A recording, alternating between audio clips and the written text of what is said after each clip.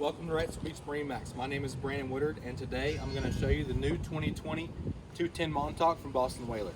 This specific boat is equipped with the light blue hull color. Starting on the transom, you'll notice the real teak swim step with the ladder. Everything's angled off to the side so you can board safely. On the transom, we've got a V6 200 horsepower 4-stroke Mercury outboard. The cool thing about this Montauk is the transom of the boat does have non-skid all the way across for whenever you're fishing. And it's also got the jump seats that flip up and down both sides. Moving forward, you'll notice this Montauk is equipped with a large seat top, Deluxe Leaning Post seat with a livewell directly beneath. We've got rocket launchers across the back of the leaning post and on the top of the T-top. Moving forward into the cockpit, you'll notice the die-rise bolsters on both sides.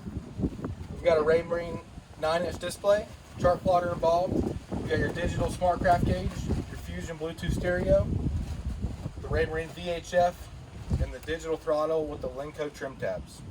Everything's right here laid out nicely. You got your rocker switches. This boat does hold 9 people, holds 66.5 gallons of fuel, and drafts 15 inches with the outboard trimmed up.